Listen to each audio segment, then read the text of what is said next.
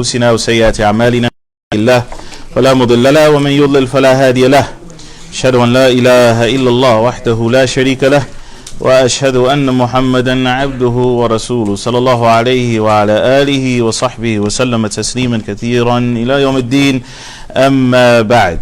Okay, where did we leave off? Who remembers? 37. No. Oh, we definitely got past there. Well, alhamdulillah.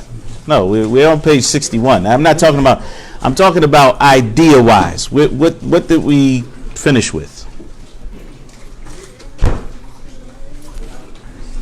Alhamdulillah. I'm glad everybody was on point. Yes, the person who said that we left off with Shaykh al-Islam and Taymiyyah, rahimahullah ta'ala, emphasizing the point that there is no station that a person can reach that is higher than al-Ubudiyyah. Do you remember that? So he started again to bring back the proofs that show that there's no level that you can get to that is higher than the level of servitude, the worship of Allah subhanahu wa ta'ala. That is the goal that everyone should aspire to, and that you can't get any higher than that. That's where we left off. You remember that?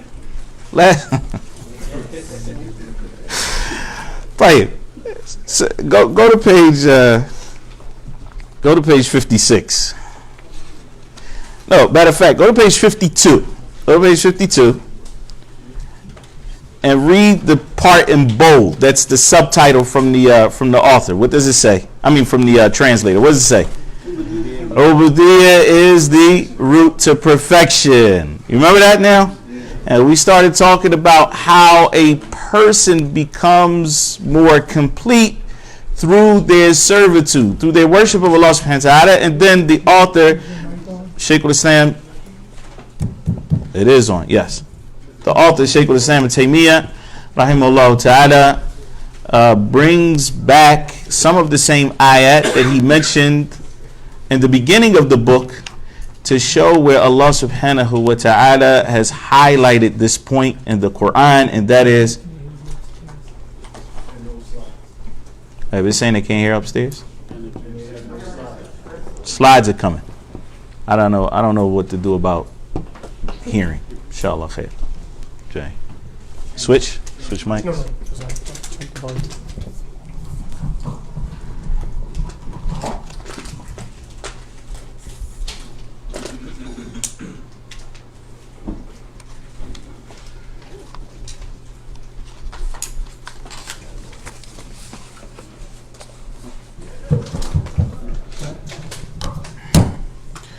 Okay, inshallah, hopefully this does the trick. Bidnillah. All right, so to recap, we left off where?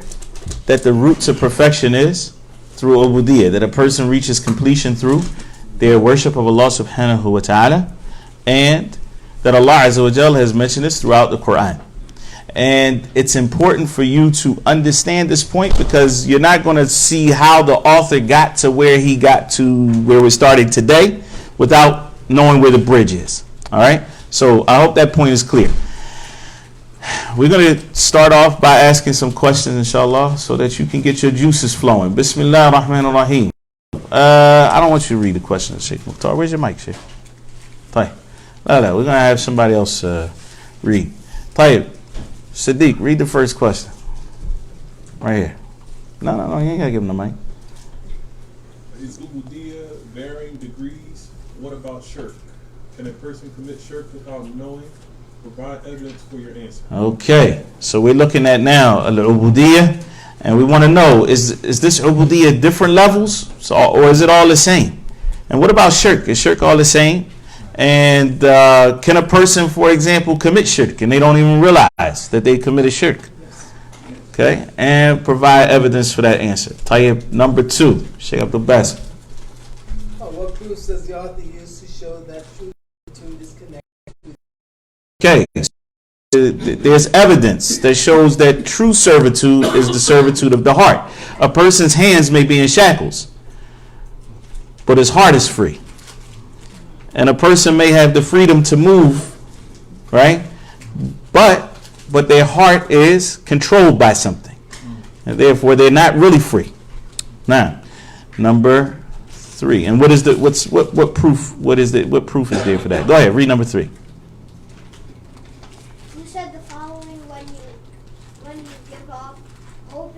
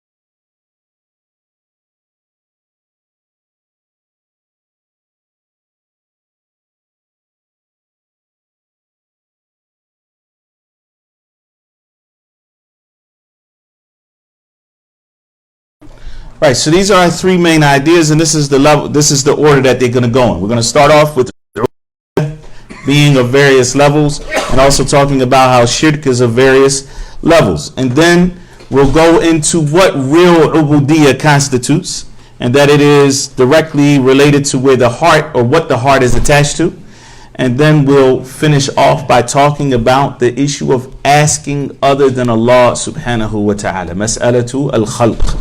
And he asking the creation or created beings. Start on page 61.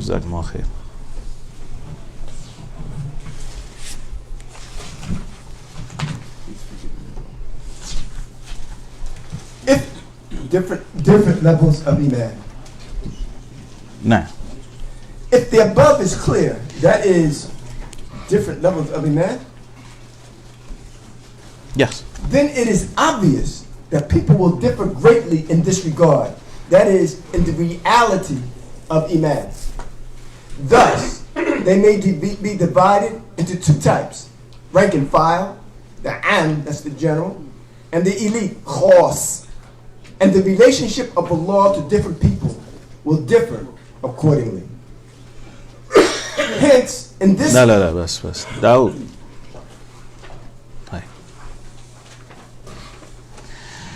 Khair. All right. If the above is clear, what is the above? Different levels of iman. Shaykh Islam didn't say that. That's the translator put that there. Different levels of iman. If the above is clear, wallahi, we got to learn how to read. Ikhwan, seriously, you have to learn how to read. It's not okay to continue on a path where you're spoon-fed.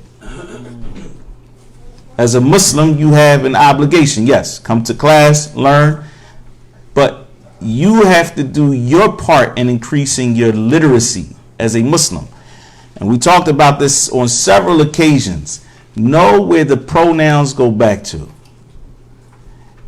If the above is clear, know what the author is talking. What is the above? Al-Ubudiyyah, not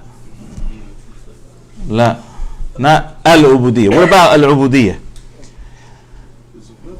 La. He didn't say anything about Ubudiyyah being different levels. La. That the route to perfection is Al-Ubudiyyah. Nah.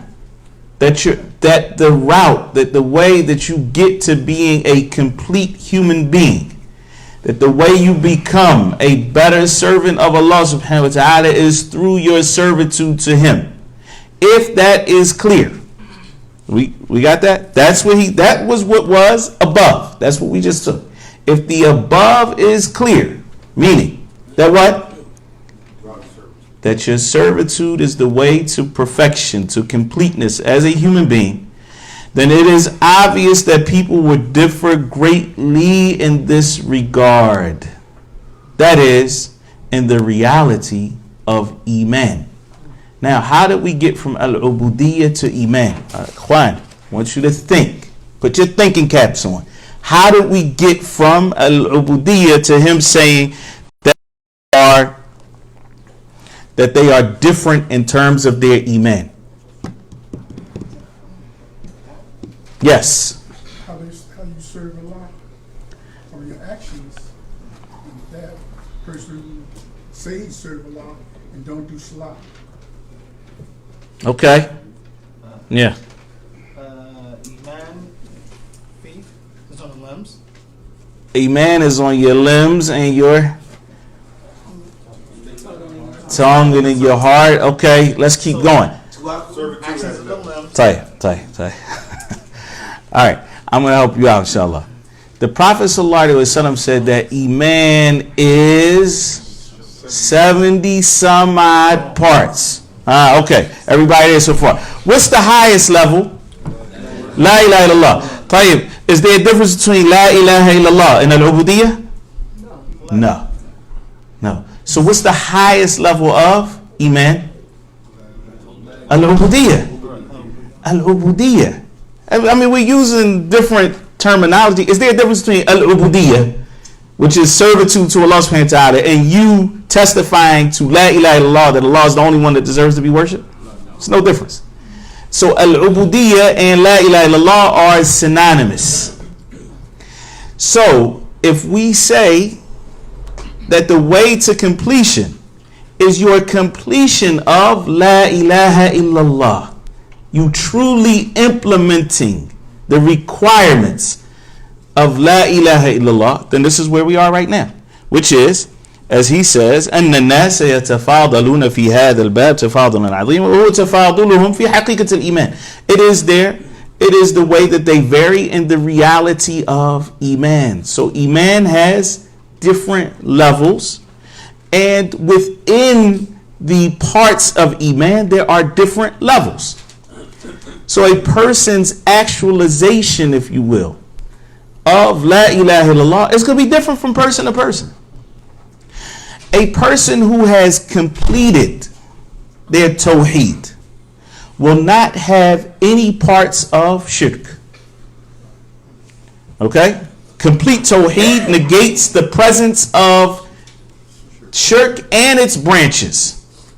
Whereas a person may have the asl of tawhid, they have enough to get them into the fold of Islam, okay? But they are shu'ab, min shu'ab al-shirk. They are parts and branches from the branches of shirk that remain in their hearts, even though they are Muslim. So a Muslim may have a branch or parts of shirk still remaining with them, even though they're not a mushrik. Just like a mushrik may have some iman, but it doesn't make them mu'min. It doesn't make them mu'min. إِذَا رَكِبُوا فِي الْفُلْكِ, Allah subhanahu wa ta'ala said about the mushrikeen. When they go what? When they get on that boat and the waves start coming hard, رَكِبُوا فِي الْفُلْكِ دَعَوُوا اللَّهِ. How did they call upon Allah?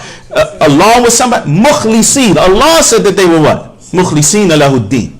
They make the deen purely for Allah. Were they Muslim? La. The fact that they called upon Allah, the fact that, which is a shu'ab min shu'ab al-iman, dua. It's a part of iman. And they didn't do it for anybody else. They did it solely for Allah. Didn't make a Muslim. So just like a mushrik may have some iman, but not enough to bring them into the fold of Islam, a mu'min, a believer, a Muslim may have asl tawheed. They have what is needed for the foundations of tawheed, but they haven't completed their tawheed, and therefore there are some branches of shirk. And so this is what Shaykh al-Islam is talking about here as we get to now. Notice that yes, al-Ubudiyyah, that servitude to Allah, that's the highest level you can get. But al-Ubudiyyah has degrees, Okay, and so how a person aspires to get to the top level is what is important. And Allah subhanahu wa ta'ala has throughout the Quran, I mean, there are several indications of that. And in general, the believers are of 3 levels. In general. And then there's levels within those levels. Anybody know what those 3 levels are? Anybody was here for Salat al-Maghrib? Huh? Play. So, Sheikh Hanif read it in Salat. Huh? The first one is the one who wrongs himself. Right. The first one is ظَالِمٌ لِنَفْسِهِ, the one who wrongs himself. The second one is? The second one is the one who takes the middle course. The second one is he who takes a middle course, the muqtasid. And the third one is the one who races to do good deeds. Then the third one is the one who is foremost in doing good. سابقون ثم أورثنا الكتاب الذين اصطفينا من عبادنا فمنهم ظالم لنفسه ومنهم مقتصد ومنهم سابق بالخيرات بإذن الله. بإذن الله. Right? So there's the one who has wronged himself. Meaning that what? He either does things that Allah has prohibited, or he leaves off things that Allah has obligated. And those two are not the same, by the way. Leaving off what Allah has obligated is even worse in terms of a category. The muqtasid is what? The one who does what he's supposed to do, and he leaves off what he's supposed to leave off. And the sabiq bil khayrat, yani the one who strives and is foremost in doing good, is the one who adds on to what Allah subhanahu wa ta'ala has obligated, and he does those things that are beloved to Allah subhanahu wa ta'ala from the recommended deeds. And he not only leaves off the haram, but he also leaves off those things that are makruh, frowned upon in Islam. All right? And again, those are going to be of, each one of those 3 broad categories has categories within it. All right? And notice that Allah subhanahu wa ta'ala said, Sabiqum bil khayrati bi idhnillah. That the one who is foremost in doing good, what? By Allah's permission. So that nobody thinks that they're doing this extra good because of, or that they get pride, that they have pride because of it, will become haughty. But that is because Allah subhanahu wa ta'ala has decreed it for them. Tahir. Just to show that al-Ubudiyyah is levels. And we said al-Ubudiyyah is the deen. Because deen and ibadah are what? Synonymous. It's one of the first things we took in the beginning of the book when we talked about the definitions, that they used interchangeably. A deen and al ibadah is read this, Shaykh. Al-Ubudiyyah is levels. Allah's Messenger alayhi salatu wasalam said that while I was sleeping, I saw in a dream some people wearing shirts. Some were only covering their chests, while others were even shorter than that. So they had on shirts. Some were only to here, to their chest, and others the shirts were even higher than that. They just got it over their head, but it's not going down any further. Then I saw Umar ibn Khattab radiallahu anhu, who was wearing a shirt that he was dragging. The people asked, "How did you interpret that?" Ya Allah's Messenger sallallahu alayhi wasallam. The Prophet alayhi salatu wasallam replied, "It is the religion." Bukhari on the authority of Abu Sa'id al-Khudri. So there we have the Prophet alayhi salatu wasallam clearly showing that what? A deen is different levels. Even amongst the companions themselves, radiyallahu ta'ala anhum, even though Allah subhanahu wa ta'ala promised all of them Jannah, but even amongst them, the deen wasn't the same. The level of Abu Bakr was beyond the rest of the companions. The level of Umar radiyallahu ta'ala anhu, as you can see, was beyond those who were after him. Even those who accepted Islam before him. Ali radiyallahu ta'ala anhu was not on the level of Umar ibn al-Khattab radiyallahu ta'ala wa radiyallahu an as-sahabati ajma'in. The point here is that deen is levels. Al-Ubudiyyah is levels. Alright? And a person who is striving to be from the people who get the highest levels of Jannah cannot expect to get there and be at the lowest levels of deen. So striving in this life has its reward in the next, and being lazy in this life has its consequences in the next. Wallahu musta'an. Now, Shaykh. Hence, in this ummah, the issue of shirk is subtler than the noise made by the footsteps of an ant. According to As-Sahih. Okay, let's stop right there. Hence, in this ummah, the issue of shirk is subtler or more subtle, I'm not sure, than the noise made by the footsteps of an ant.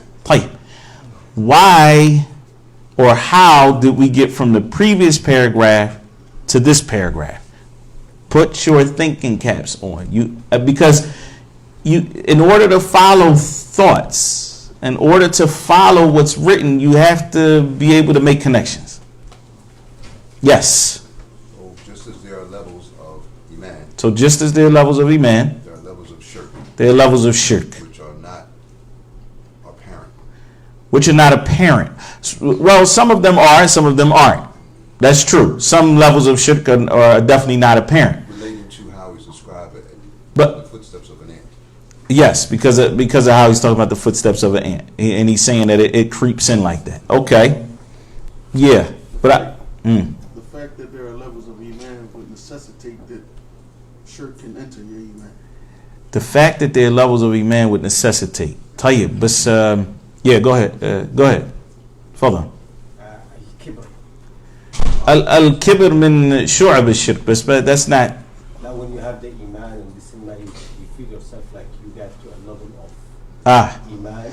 Oh, because if a person rises in the ranks of iman, then they may become proud, and pride is from those. Tayyib, but what's the connection? Yeah. Being slaves to other things? Sorry? Being slaves to other things? Being slaves to other things. That is shirk. Tayyib.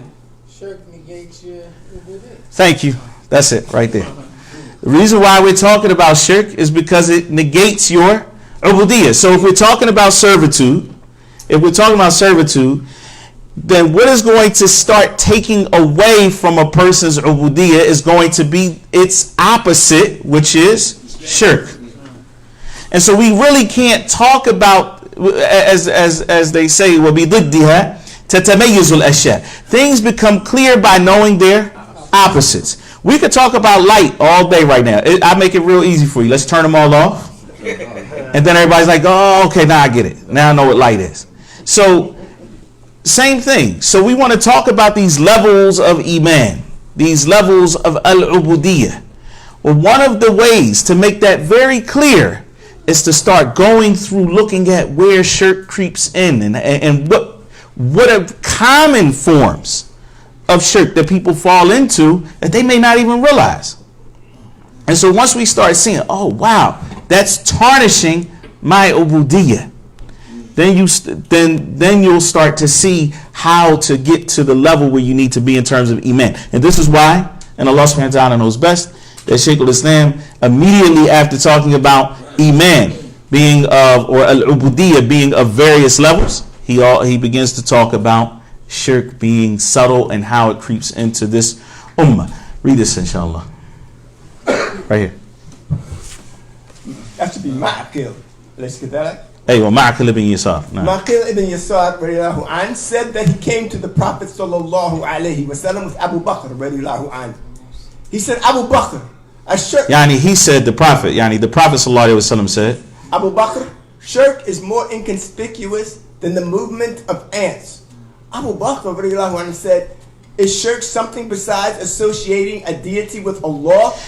In other words, and just understand this from its apparent meaning, that why would we consider shirk to be something that is inconspicuous or subtle, right? When Azim, can you move this way too, just in case?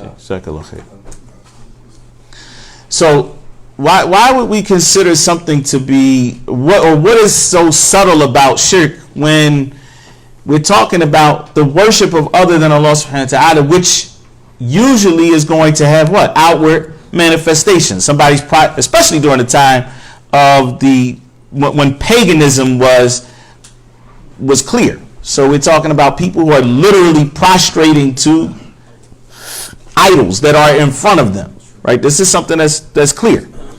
So is shirk something besides associating a deity with Allah? The Prophet ﷺ said. The Prophet ﷺ said, by him in whose hand is my life, shirk is more subtle than the movement of ants. Shall I not teach you something which, if you say, will eliminate the minor and the major of it, polytheism? Yani shirk.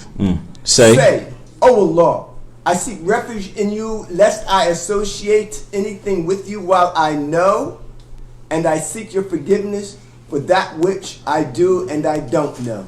For which I do not know. Nah. قال اللهم إني أعوذ بك أن أشرك بك وأنا أعلم وأستغفرك لما لا أعلم. And this dua, there's some weakness in this in the chain of narration, but Shaykh Al-Bani rahimahullah said a hadith sahih. It's in Al-Adab Al-Mufrad, which is a book that was a book of hadith by Imam Bukhari, but not to the same standard. He didn't hold himself to the same standard in that book that he did in Sahih Bukhari. In any event, this dua is a great dua for a Muslim to memorize, and we should say it frequently. Allahumma inni a'udhu bika an ushrika bika wa ana a'lam. Oh Allah, I seek refuge in you from committing shirk with you while I know. Like knowingly committing shirk with you. Wa astaghfiruka lima la a'lam. And I seek your forgiveness for that which I don't know. Which means that a person may do what? May commit shirk and they don't even realize it. They don't even realize it. This dua is azim jiddan, and I hope that you all take the time to memorize it. Allahumma inni a'udhu bika an ushrika bika wa ana a'lam. Oh Allah, I seek refuge in you from knowingly committing shirk with you. Wastaghfiruka lima la a'lam, and I seek your forgiveness for that which I do not know. Nah.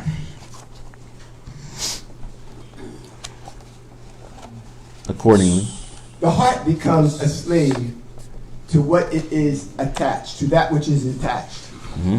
Right. Accordingly, according to a Sahih Hadith, So, right there, right where you stop. okay. According to a Sahih Hadith, the Prophet ﷺ said, wretched is the slave of the dirham, and the slave of the dinar, and the slave of velvet and brocade. He is doomed to failure. If he is afflicted with a thorn, may he not be able to remove it. If he is given, he is content.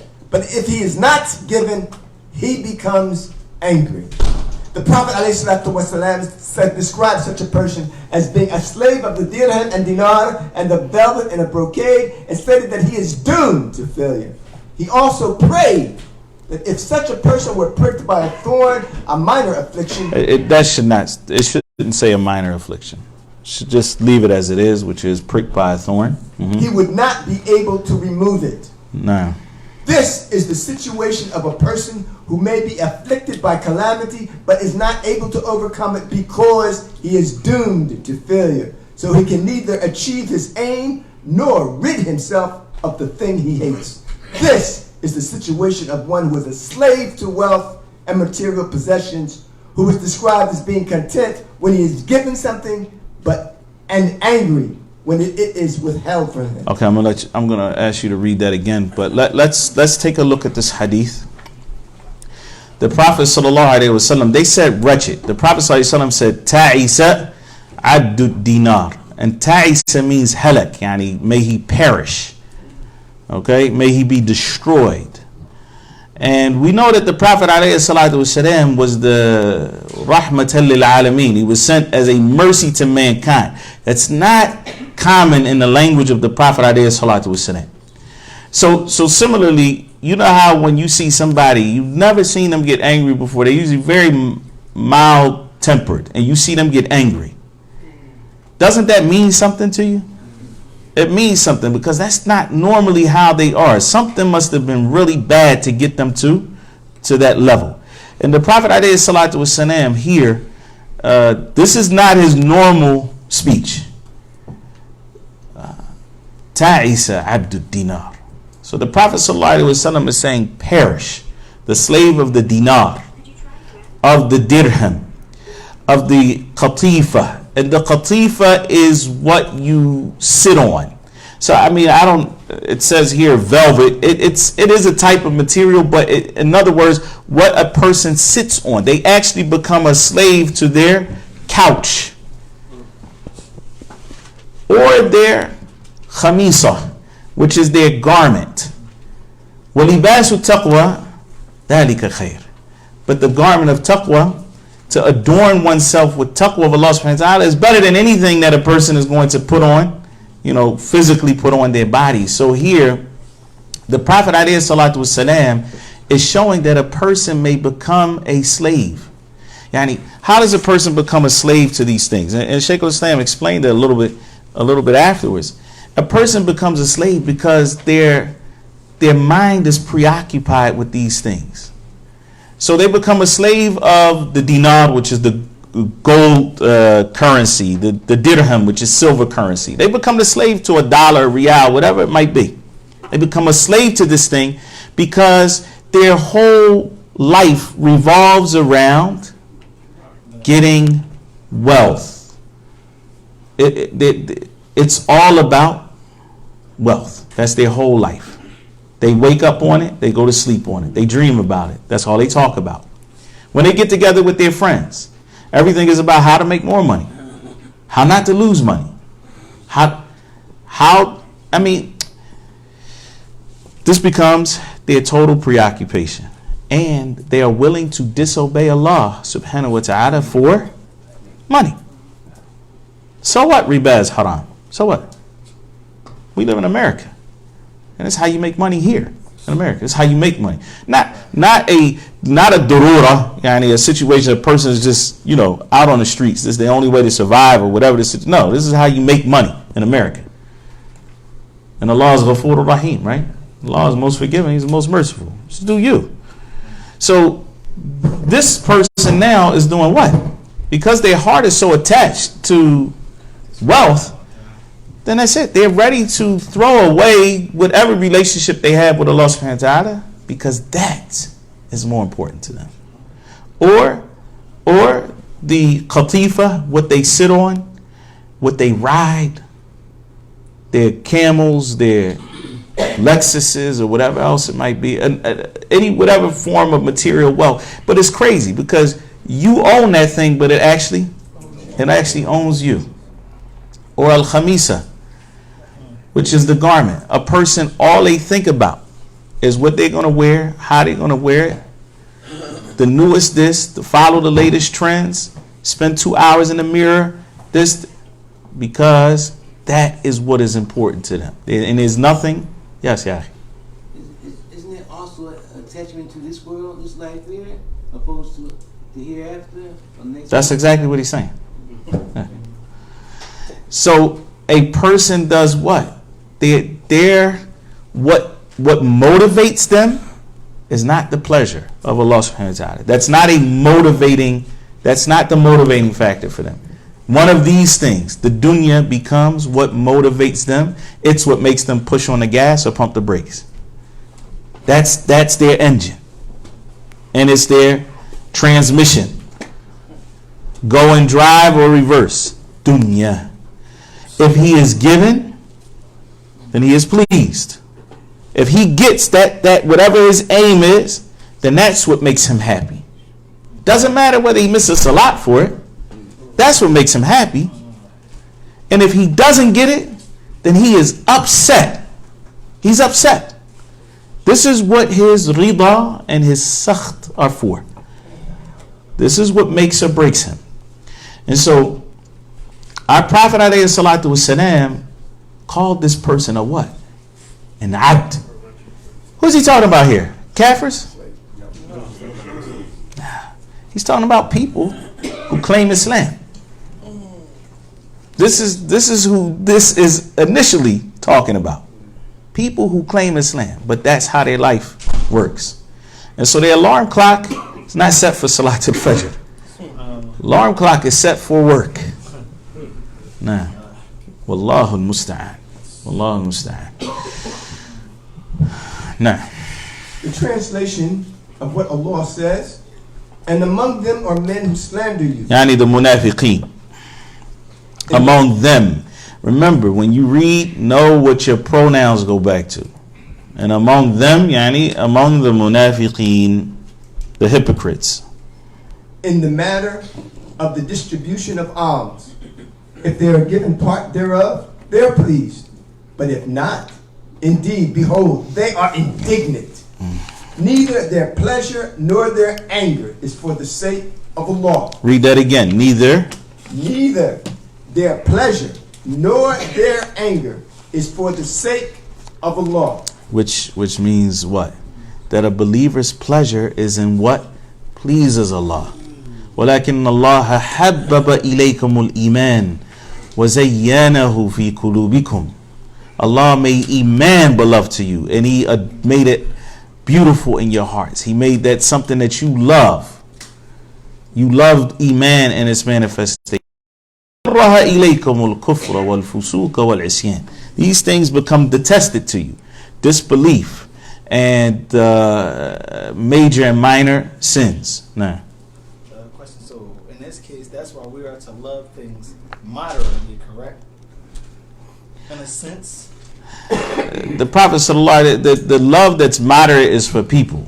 أحبب حبيبك هونا ما عسى أن يكون بغيضك يوما ما. Love the one whom you love moderately, because he may be someone you do not like one day. But when it comes to salat, we don't love salat moderately. We don't love Allah subhanahu wa ta'ala moderately. We don't go to extremes in anything, because an extreme in anything is going to automatically lead to a deficiency in its opposite, which is necessary. So if you go to an extreme in hope in Allah, is going to lead to deficiency in your fear of Allah subhanahu wa ta'ala.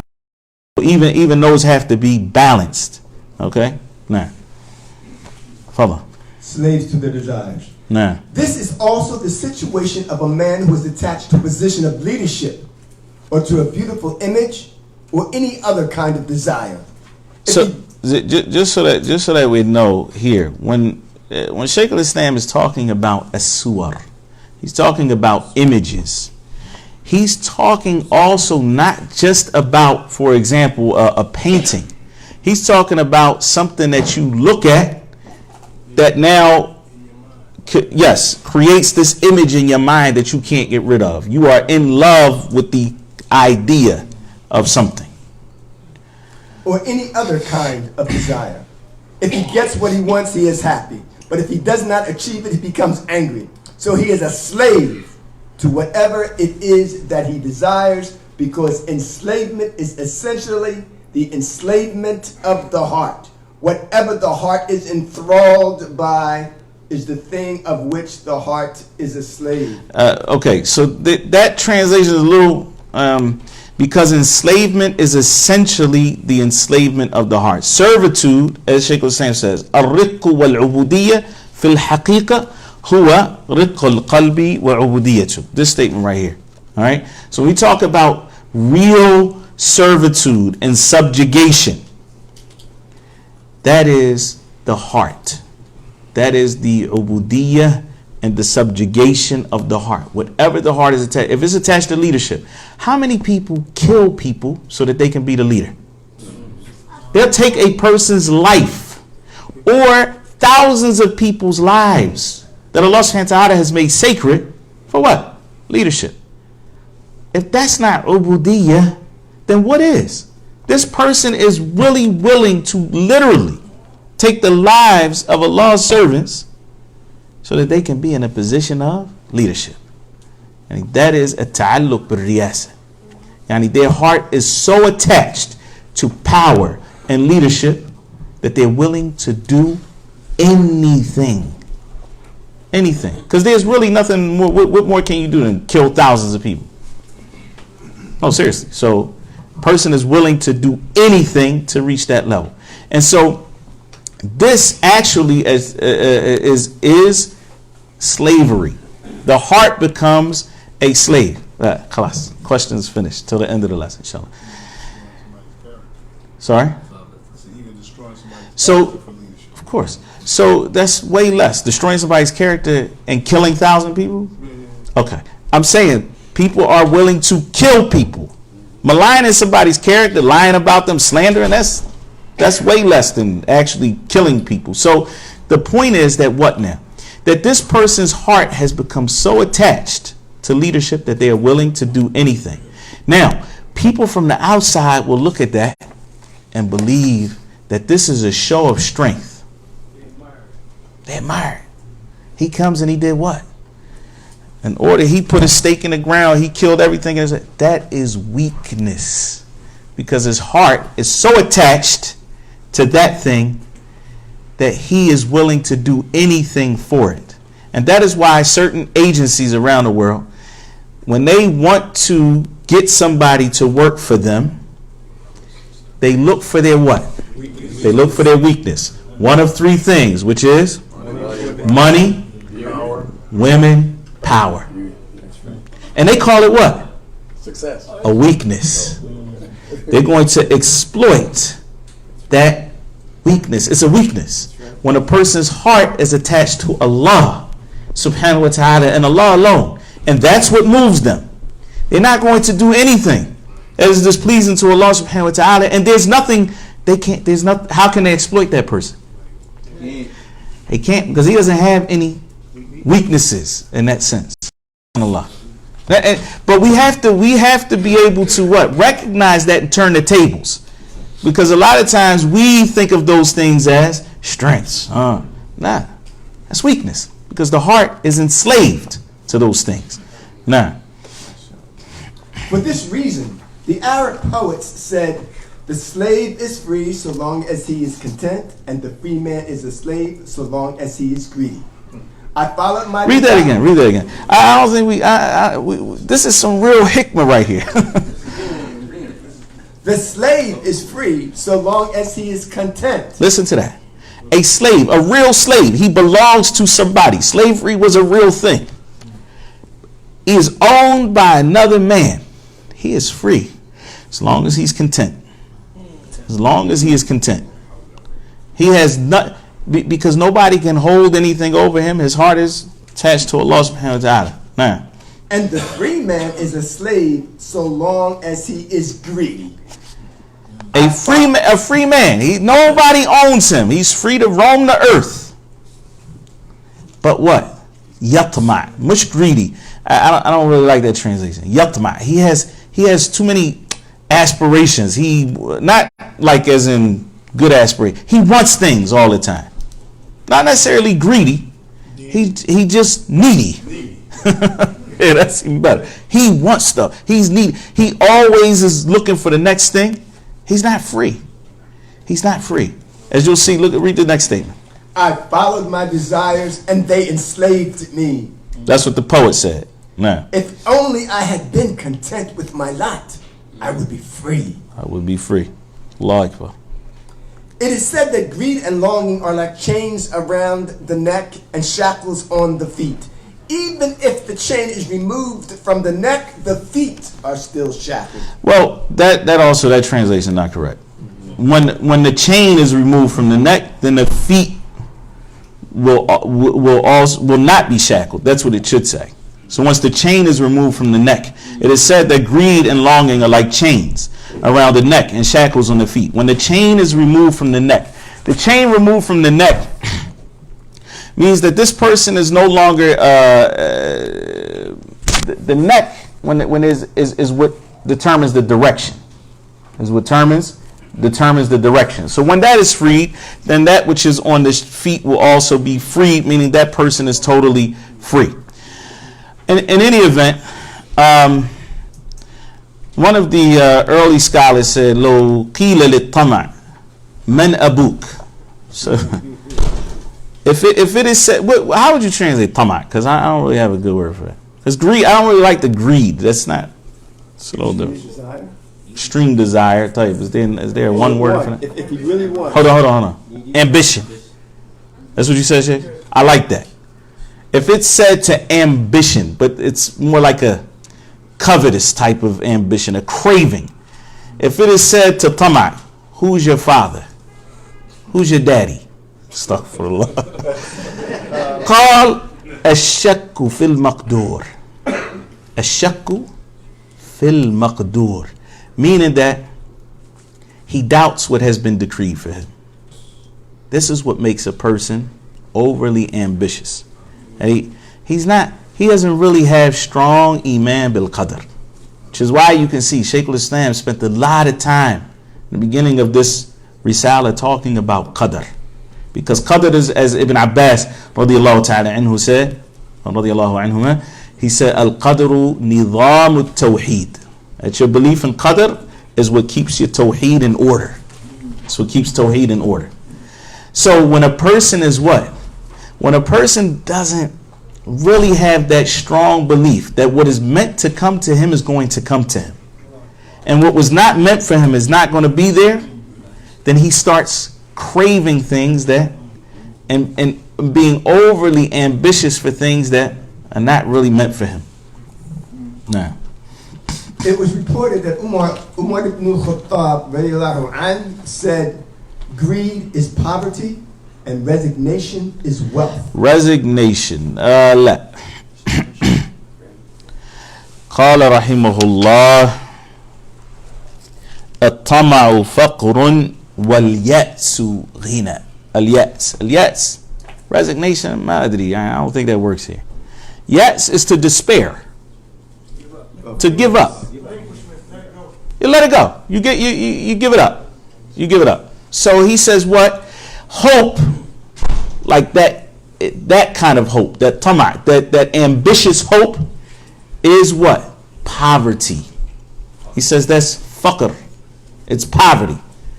Why? Why do you think that's poverty? What does it mean to be impoverished? It means to not have means to need. So he says what? Ambitious hope is need. Right. It's poverty because you always feel like you need something.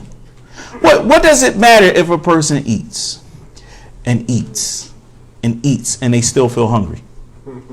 No, seriously. What did they get out of eating? Another person eats same amount of calories and they feel extra full. You have to stop. They didn't eat as much as that person. So here, a person who just always needs, that person is poor, no matter how much they have, because they always what? Want more. They always want more. They're always in need of something, right? But then he says, وَالْيَأْسُ غِنَى. To give up hope of something that's real ghina. That's wealth. And then he goes on to explain it. Go ahead. This is something which... you didn't finish reading this shit. Okay. When greed is poverty and resignation is wealth, when any one of you gives up hope of something, he becomes independent. When he gives up hope, he becomes independent of it. Give me an example. How does that work? If someone owes you something and you're looking for it, and finally you decide that they're never going to give it to you, you're free from that. Okay, so but that's your right though. So let's look at it from a different way. Now, you're trying to get a job, you don't think they're going to hire you, so you start looking elsewhere. Right. So okay, so you're trying to get a job.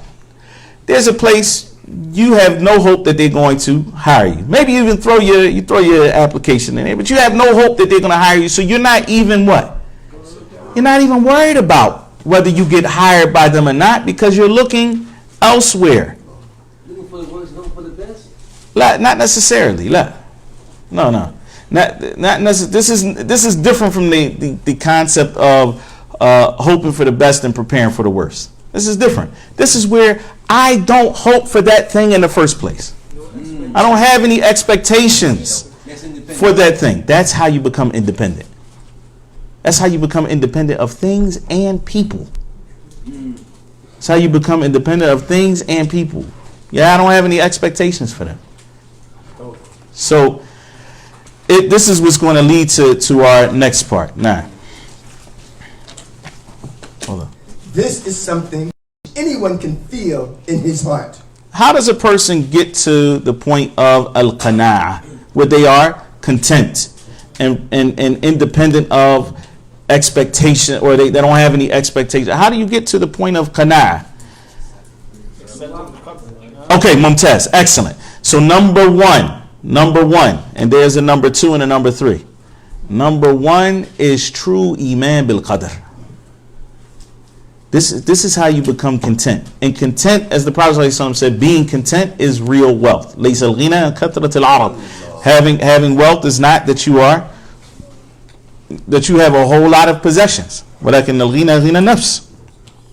So that's number 1. Real dependence upon Allah. Afwan. Real iman bil qadr. And then I just gave you number 2, which is at-tawakkul. At-tawakkul. That's how you become content. Because at this point, your expectations and your hopes are with the one who can grant your expectations and hopes, and they're not with the people who are going to disappoint you. Going to disappoint you. Number 3. Haqiqatu ma'rifati dunya. Really knowing, understanding the reality of this dunya. Allah gives this dunya to whom He loves and whom He does not love. And if this dunya were to mean anything to Allah subhanahu wa ta'ala, then those who reject faith in Him would not have a drink. They wouldn't even have anything to drink. This dunya means absolutely nothing to Allah subhanahu wa ta'ala. And so our striving for that which means nothing to Allah subhanahu wa ta'ala shows a real lack of understanding. Fire. Now, this is something which anyone can feel in his heart. For when he gives up something, he no longer wants it or longs for it. He no longer feels in need of it or of the one who can help him to get it. If he longs for and hopes for something, then his heart is attached to it, and he feels that he is in need of it and of the one whom he thinks can be the means to this end. Allahu Akbar. Please read that again. If he longs for and hopes for something. Pay attention to this. If you have the book, highlight it, put stars next to it, and make sure that you understand this point. Now, if he longs for and hopes for something, then his heart is attached to it. And if he feels that he is in need of it and of the one whom he thinks can be the means. Not if he feels, and he feels that he is in need of it. And he feels that he is in need of it and of the one whom he thinks can be the means to this end. Right. So not just the thing itself. He also becomes attached to the person or the people he thinks can get him that thing. You understand? So, subhanAllah, when the heart becomes attached to something, and listen to this, because this is very important. That type of attachment, which diverts one from the worship of Allah subhanahu wa ta'ala, and tell me, it diverts one from the worship of Allah subhanahu wa ta'ala, or causes him to be stingy in his obligations to Allah, then that is a form of shirk. Then that is a form of shirk. And according to how much of that is in the heart, you will lose its opposite in al-Ubudiyyah. Clear? So what are we talking about here? Longing for and hoping for. So that we're very clear, because the Ubudiyyah is the Ubudiyyah of the heart. What are you longing for? What do you really want? And so when you get attached to that thing, if that thing diverts you, and it will, depending on how much you're attached to it, divert you from number 1, the worship of Allah subhanahu wa ta'ala, or number 2, it makes you stingy in fulfilling your obligations to Allah. What do we mean by stingy in fulfilling those obligations to Allah? You try to cut corners. You try to cut corners in your worship of Allah. And you hear it. People ask questions all the time because they're looking to cut corners. How can I get out of this form of worship? How can I get out of it? How can I do the least possible, amount? This is taking a person down a very slippery slope. Now, This is the case in matters of wealth and power and beautiful images or people, etc. so yeah, it's not just material, things, not just wealth, but also power, beautiful images, being attached to the you long for. You're willing to do anything. You're willing to do haram to get what it is that you want. That is Ubudiyyah. And that's why it's very important that we don't think of shirk simply as idol worship, going to a church and praying to a statue of al-Masih alayhi salam.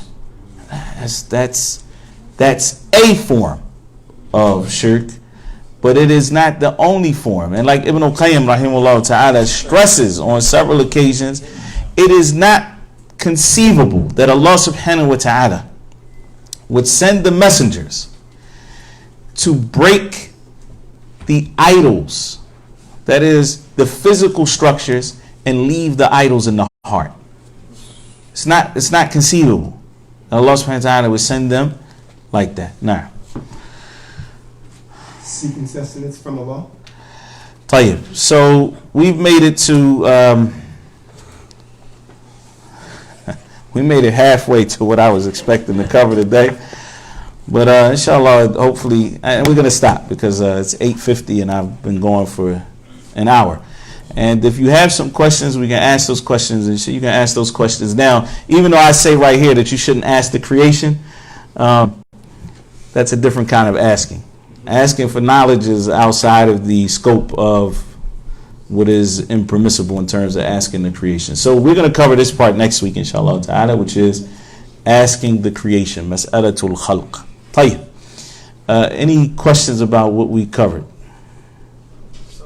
Nah, go ahead. So more so, what we covered today was more so regarding shirk al-khafi. Inconspicuous shirk. Inconspicuous shirk. Yeah, it is khafi.